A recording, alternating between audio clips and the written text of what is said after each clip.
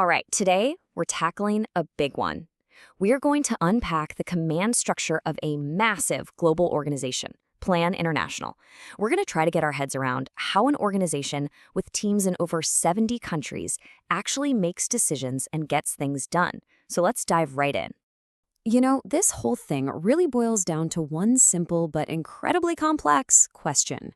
How on earth do you steer a ship that has a crew in almost every time zone?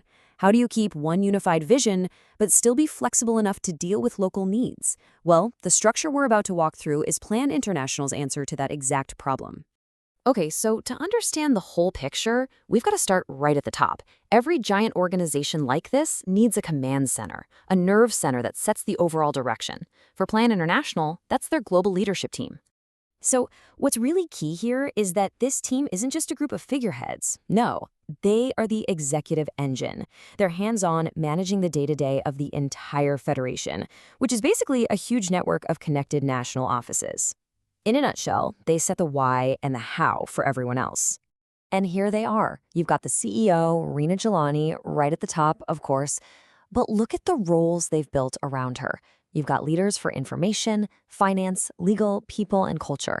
This tells you it's not just about running programs. It's about building this super solid core infrastructure that you absolutely need to support a global machine.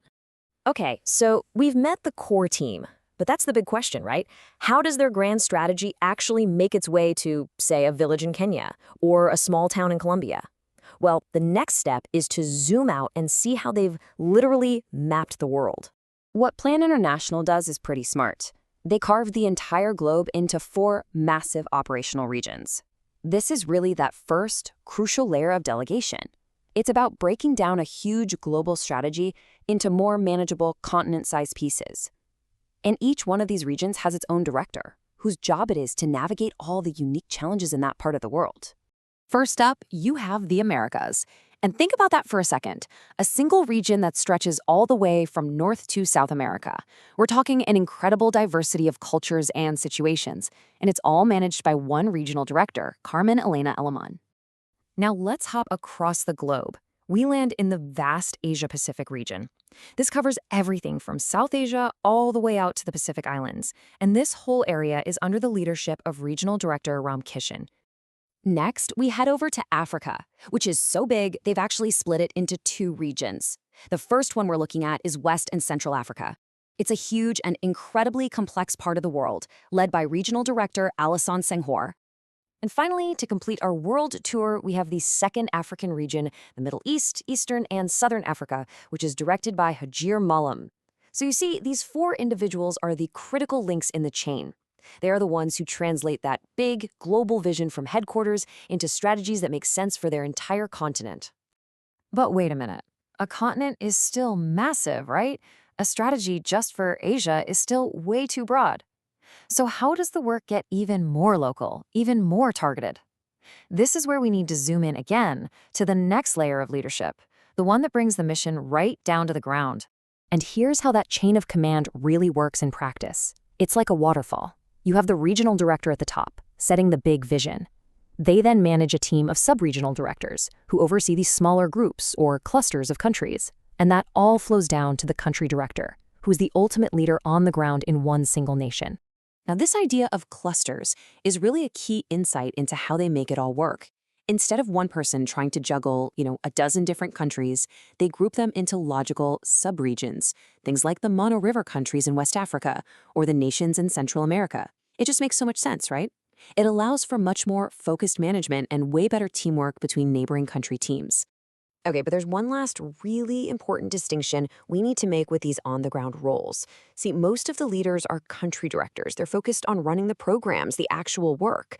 But then you have this other key position, heads of liaison offices.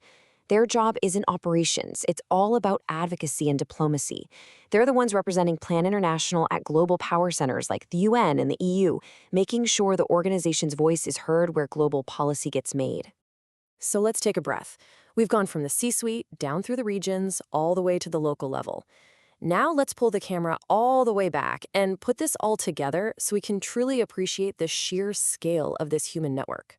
Because when you add up all of those country directors and the heads of the liaison offices, you land on this number, over 70. That's more than 70 individual leaders running the show in specific nations and institutions all around the world. I mean, just try to imagine the complexity of coordinating that many people. And that, right there, is the ultimate takeaway.